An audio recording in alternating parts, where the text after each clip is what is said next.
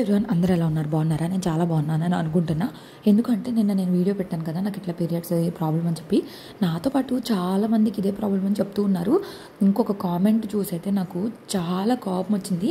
ఎందుకంత కోపం వచ్చింది, ఏంటి ఆ కామెంట్ అనేది కూడా చెప్పేస్తాను. చాలామంది హోమియో కూడా యూజ్ చేయండి అక్క అని అయితే చెప్తున్నారు, రిజల్ట్స్ ఉన్నాయి అని చెప్పి. కొంతమంది అయితే సేమ్ నాలాగే ఫేస్ చేస్తూ ఉన్నారు. నాకైతే చాలా బాధగా ఉంది. అన్నట్టు అడగడమే మర్చిపోయాను. నిన్న నేను ఫ్యామిలీ సాంగ్ అని ఒకటి పెట్టాను కదా, చూసారా? చాలామంది చూసి కామెంట్ చేశారు. ఇంకా ఎవరైనా చూడని వాళ్ళు ఉంటే మీ లైఫ్లో ఒక 5 minutes నా సాంగ్ కోసం కేటాయించి ఒక్కసారి చూడండి. ఎంతో కష్టపడి ఎడిట్ చేశాను, సాంగ్ రాపించుకున్నాను. నాకైతే చాలా బాగా నచ్చింది. మీరు కూడా ఇష్టపడతారని అయితే అనుకుంటున్నా. ఎవరెవరో సెలబ్రిటీస్ కాదు, మనం కూడా రాసుకోవచ్చు, మనం కూడా చేసుకోవచ్చు అని అయితే అనిపించింది. సో ఇప్పుడైతే మాకు వర్షాలు వర్షాలు వర్షాలు వర్షాలు వర్షాలే వర్షాలే, ఇంకేమీ లేదు. అసలు బట్టలు ఆరట్లేదు, కానీ బట్టలు అయితే ఉతకాల్సి వస్తూనే ఉంది. అప్పటికి మేము రోజుకి ఒక్కసారి మాత్రమే స్నానం చేస్తున్నాం. రోజుకి 2 పూట్ల ఫ్రెష్ అయ్యే వాళ్ళం కూడా. అవి కూడా నైట్ టైం నేను అసలు ఫ్రెష్ చేయించట్లేదు. ఎందుకు అంటే వర్షాలు, మళ్ళీ క్లైమేట్ బాగాలేదు, మళ్ళీ తడిచిన దగ్గర నుంచి జలుబు దగ్గు. మెయిన్ వచ్చేసి బట్టలు. అబ్బా అసలు నైట్ అయితే ఖచ్చితంగా డైపర్ వేసి పడుకోబెడుతున్నా. మార్నింగ్ టైంలో పద్దాడ తీసుకెళ్ళి పాస్ పోపిచ్చేస్తున్నాను. లేకపోతే డ్రెస్సులు పాడు చేసేసారంటే చాలా బట్టలు పడిపోతాయి. ఇంకా మళ్ళీ ఉతుక్కోవడం, ఆరేసుకోవడం చాలా కష్టమైపోతుంది.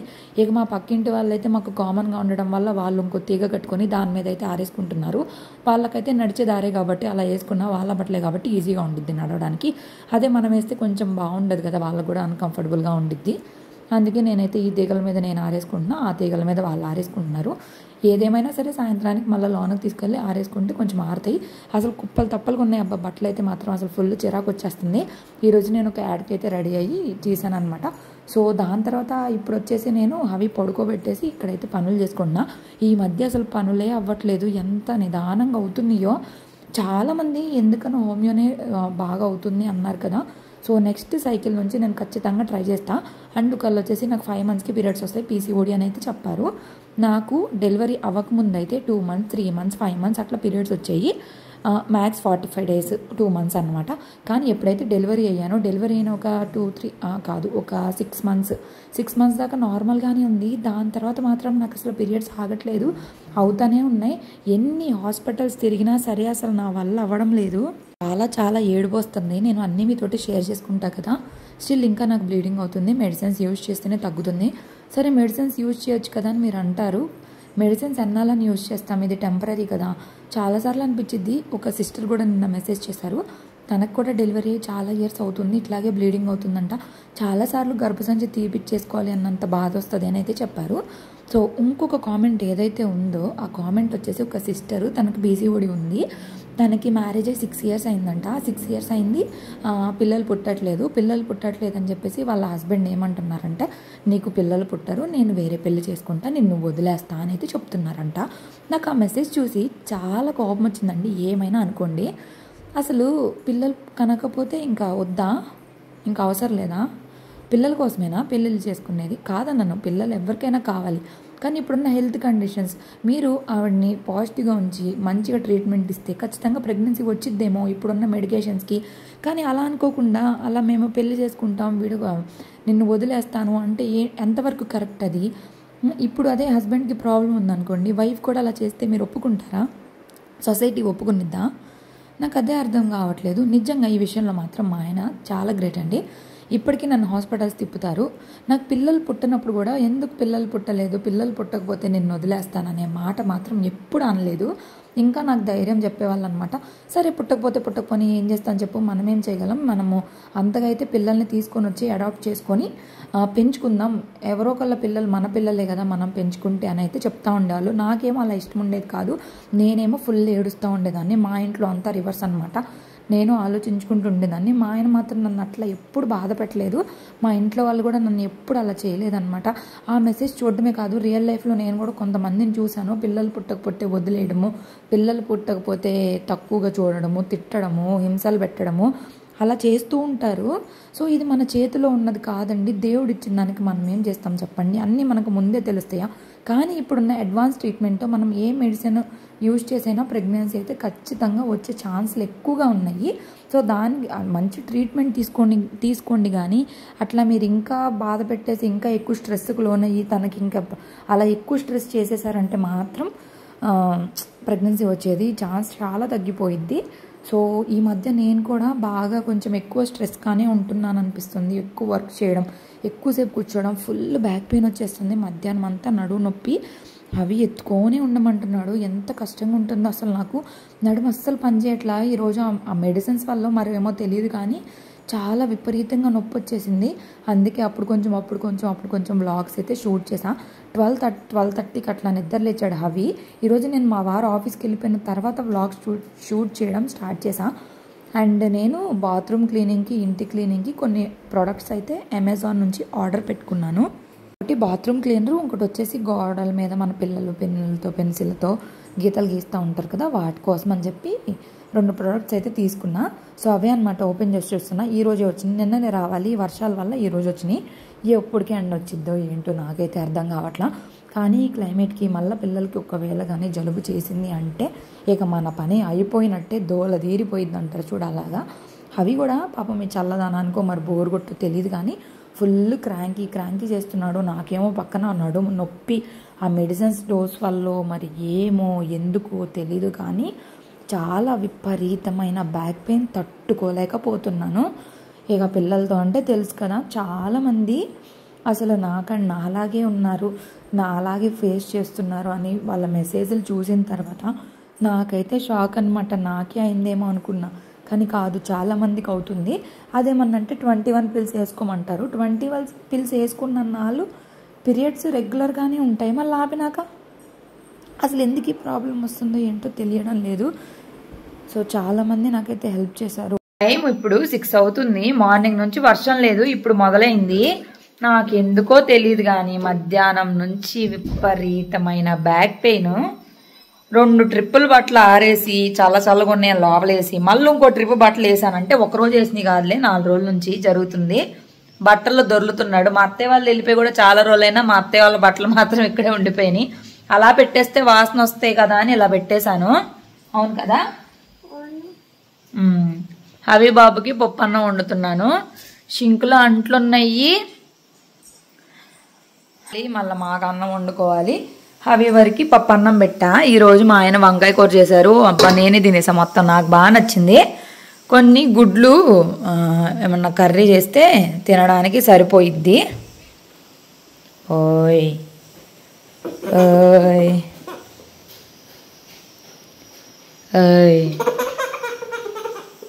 ఓయ్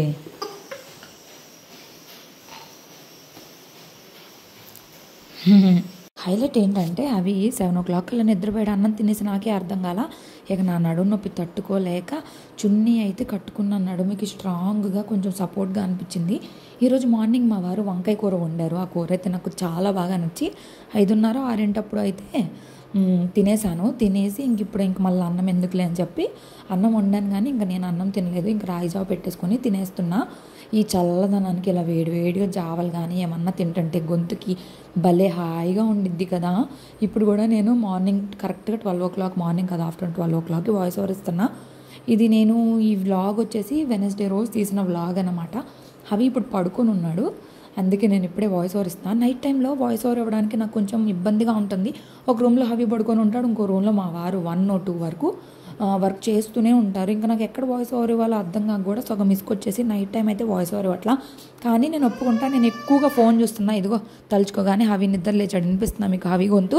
చెప్పునానా, లేచావా? హవి బాబు గారు లేచారు, ఇప్పుడే ఎత్తుకొని వాయిస్ ఓవర్ ఇస్తున్నా. ఇక హవి పడుకున్నాడు కదా, షింక్లో అంట్లు కూడా చాలానే ఉన్నాయి మార్నింగ్ నుంచి. సో చెప్పు నాన్న చెప్పు. ఆ రూమ్లోకి వెళ్దామా? ఫ్యాన్ అయినా ఎంత చల్లో మా హవి మాత్రం ఫ్యాన్ వేయమని మమ్మల్ని చంపేస్తున్నాడు. మీ పిల్లలు కూడా ఇంతే చేస్తున్నారా? చిన్నప్పుడు మా అమ్మ ఫ్యాన్ వేస్తే వణికేది, అప్పుడు మేము తెగ తిట్టి నవ్వుకునే వాళ్ళం. ఏంటమ్మా నీకు ఎందుకు చలి పుడుతుందని చెప్పి. ఇప్పుడు అర్థమవుతుంది, చిన్నప్పుడు మనం చేసినవన్నీ మనకు పెద్ద అయితే కానీ మన వరకు వస్తే కానీ ఏది తెలియదు అంటారు కదా, అలాగా. సో ఇప్పుడు హవి అలా చేస్తూ ఉన్నాడు. సో మొత్తానికి నాకు చాలా ఫ్రస్ట్రేషన్గా ఉంది. ఇంకా కొంతమంది కామెంట్స్ చూసి చాలా బాధగా ఉంది. ఆపేనా? లైట్ ఆపేనా? లైట్ ఎక్కడుంది? లైట్ వేసి లేదు నాన్న, ఎక్కడ వేసింది లైట్ ఆపడానికి? లైటే వేసలేదు, లైట్ ఆపమంటాడు ఈ హవి బాబు.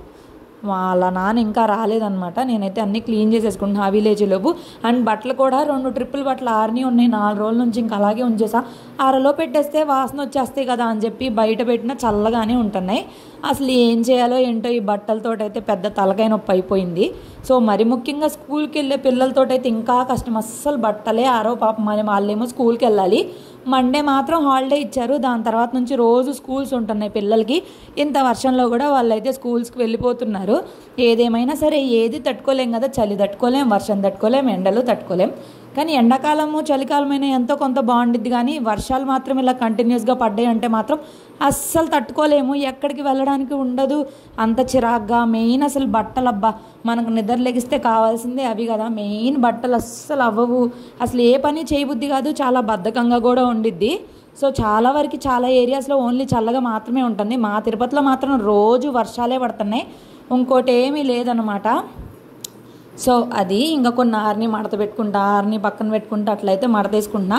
సో బట్టలు ఫోల్డ్ చేసేసాను అంటే నాకు ఇంకా పని కంప్లీట్ అయిపోయినట్టే. హవికి ఫుడ్ పెట్టేశాను. హవికి ఇంకా మళ్ళీ ఒకసారి లెగుస్తాడా లేకపోతే ఏంటో చూడాలి. ఒకవేళ కానీ లెగవలేదంటే మిడ్ నైట్లో వాళ్ళ నాన్నకు ఉందే సినిమా. ఇంకా అసలు ఎలా హవిని ఎత్తుకోలేకపోతున్నాను. ఇంకా నేనైతే వీక్ అయిపోయానేమో అనిపిస్తుంది నాకే. అంటే ఇంక ఎదిగిపోయాడు కూడా కదా, ఎక్కువసేపు ఎత్తుకోలేమేమో. ఎంతైనా స్ట్రాంగ్గా ఉండాలి. చాలామంది మీరు వెయిట్ ఎంత ఉన్నారు, మీరు వెయిట్ లాస్ అయితే తగ్గుతుంది అని చెప్పి వాళ్ళకి చెప్పారంటే ఈవెన్ నన్ను కూడా అడుగుతూ ఉన్నారు.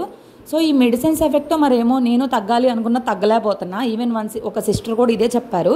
ఈ మెడిసిన్స్ వల్ల మనకి వెయిట్ గెయిన్ అయిపోతున్నాం, ఎక్కువ తినాలనిపిస్తుంది, అన్నీ అనిపిస్తుంది. సో చూద్దాము. నేను అనుకుంటున్నా కానీ చెయ్యట్లా, గట్టిగా అనుకోవట్లేదేమో మరి. ఇంకా లేకపోతే బాడీ సహకరించట్లేదో అర్థం కావట్లేదు. కానీ చాలానే అనుకుంటాం కానీ ఈ పిల్లలు పుట్టిన తర్వాత అస్సలకి ఏం చేయలేం. ఈ మధ్య నేను ఏ వీడియో పెట్టినా ప్రెగ్నెంటా అని అడుగుతున్నారు పొట్ట చూసి. ఇది తిన్న పొట్ట కాదు, కని వచ్చిన పొట్ట అని ఎన్నిసార్లు చెప్పినా అర్థం కావట్లేదు. సో నా అంటే మీకు చూస్తానికి అలా ఉంది కాబట్టి మీరు అడుగుతున్నారు, తప్పేం లేదు. ఇందులోపు హవి గారు అయితే నిద్ర లేచారు. షర్ట్ కూడా వేసుకోలేదు, అసలు ఊరికే ఎత్తుకో అన్నాడు, అలా పడుకుని పోయాడు. ఎక్కడ ఏడుస్తాడులే అని అది ఎత్తుకో. ఇదే పని. ఏంటి ఇలా ప్యాక్ చేశారా దేవుడా? సంచయం లేదా నీ దగ్గర? అది కాదు, వీటికి మళ్ళీ ఎందుకు తెచ్చా? నీకు మీ నాన్నకి అసలు అది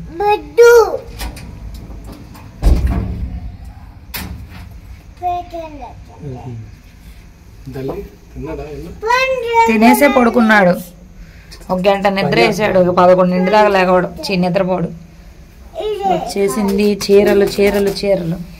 సో ఫైనల్గా నేను చీరలు అయితే తప్పించా. ఈ షార్ట్ మీరు చూసే ఉంటారులే. సో ఇప్పటికి మరి ఏ శారీస్ అవైలబుల్గా ఉన్నాయో ఏ శారీస్ అవైలబుల్గా ఉండవో కూడా నేను చెప్పలేను. సో అదన్నమాట. మొత్తానికి అలా అయితే జరుగుతూ ఉంది. మా వారు వస్తా కొరియర్ అయితే తీసుకొని వచ్చారు.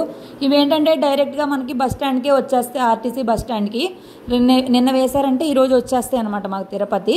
డైరెక్ట్ హోమ్ సర్వీస్ అయితే లేదు. దాని గురించి మా ఆయనకి నాకు రోజు గొడవే. ఇంటికి వేయచ్చు కదా, ఇవన్నీ నేను అక్కడ నుండి తేలేకపోతున్నాను అని చెప్పేసి. సో ప్రస్తుతానికి మనది ఇంకా స్టార్టప్పే కాబట్టి అడిగితే వాళ్ళేం చెప్తున్నారంటే మాకు తెలీదు అని చెప్తున్నారు. సో మామూలు కొరియర్కి వేసామంటే ఈ కొరియర్ ఛార్జీలకి వచ్చిన డబ్బులన్నీ అయిపోతాయి. బస్ స్టాండ్ ఆర్టీసీ అయితే కొంచెం తక్కువలో అయిపోతుంది నాకు. సో మరీ ఎక్కువ బడ్జెట్ పెట్టేశానంటే ఇంక నాకేం మిగలదు, మీకు ఎక్కువ రేట్ అన్నట్టు అనిపించేసిద్ది. సో నా బాధలనే ఎవరికి అర్థం కావు. సర్లే ఈ బిజినెస్ వ్యాపారం అంతా మనకి ఎందుకులే. కానీ హవి గారు చూస్తారు కదా, నిద్ర లేచిపోయాడు. సో నిద్ర లేచేసాడు, అమ్మయ్య అనుకున్నాం. నాకైతే ఈ ట్రిప్లో తెచ్చిన శారీస్ చాలా బాగా నచ్చినాయి. 2 ముక్కలు 3 ముక్కలు అయితే తెప్పించా. 2 ముక్కలు ఏంటంటే మనకు కుచ్చిళ్ళలోకి వెళ్ళిపోయిద్ది ఒక కుట్టు. 3 ముక్కలు చీర ఏంటంటే కుచ్చిళ్ళలోకి ఒకటి వెళ్ళిపోయిద్ది, లేదా ఇంకొక చోటకు వచ్చిద్ది. అండ్ మీరు ఫ్రాక్స్ కానీ డ్రెస్సెస్ కానీ కుట్టించుకున్నా కూడా చాలా బాగుంటాయి. ఇవి చాలా కాస్ట్లీ శారీస్, పీసెస్ వల్ల మనకి తక్కువ రేట్కి అయితే వస్తాయి. సో వీటిలో ఒక శారీ కాస్ట్ వచ్చేసి 2 ముక్కల చీర అయితేనేమో 250, 3 ముక్కల చీర అయితేనేమో 180. ఆల్రెడీ చెప్పాను కదా. మన వాట్సాప్ నెంబర్కి అయితే మెసేజ్ చేయండి, నేను స్క్రీన్ మీద ఇస్తాను. 8977311478 నెంబర్కి స్క్రీన్ షాట్ పెట్టేశారంటే కనుక నేను మీకు ఉంది అంటే ఉందని చెప్పేస్తాను. సో అదనమాట. నైట్కి అయితే ఇవి వచ్చేసినాయి. పొద్దునేమో మా ఆయన తాలేదని తెగ ఫీల్ అయిపోయాను. సర్లే రాగానే మనకు ఆత్రం కదా, ఇన్స్టాగ్రామ్లో 10 గంటలకు పెట్టా. మొత్తానికి ఈ రోజంతా ఇలా గడిచిపోయింది. చాలా కామెంట్స్ చదువుతూ ఉన్నాను. అసలు ఎలా ఉన్నారా బాబు జనాలు అనిపించింది నాకు. ఎంతసేపు ఎందుకు దేవుడు ఆడవాళ్ళకే కష్టాలు ఇస్తాడో నాకైతే నిజంగా అర్థం కావట్లేదు. అన్ని కష్టాలు ఆడవాళ్ళకి ఎందుకో భరించేది ఆడదే అన్నట్టు. మరి ముఖ్యంగా ఈ పీసీఓడీలు గీసీఓడీలు అయితే అసలు ఎవరికి రాకూడదు. నేను అదే కోరుకుంటా దేవుడిని, ఈ బాధలు మాత్రం ఎవరికి పెట్టద్దు దేవుడా అని చెప్పి. హెల్దీగా ఉండాలండి. మనం ఎంత హెల్దీగా తిన్నా సరే ఒక ప్రాబ్లం వచ్చిన తర్వాత అదైతే అసలు మన నుంచి మనల్ని వదిలిపోదు అని అయితే నేను ఫిక్స్ అయిపోయాను. ఇంతే. ఈ వీడియో నచ్చిందా? నచ్చితే ప్లీజ్ కామెంట్ చేయండి. మీ ఒపీనియన్ ఏంటి? మీరు ఇలాంటివి ఏమన్నా ఫేస్ చేశారా లేకపోతే ఏంటి అనేది అయితే నాతోటి చెప్పడం మాత్రం మర్చిపోవద్దు. ఐ హోప్ ఎంతో కొంత మీకు యూజ్ అవుతుంది అని అనుకుంటున్నా. కామెంట్ చేసి, లైక్ చేసి, సబ్స్క్రైబ్ చేసేయండి. Bye bye.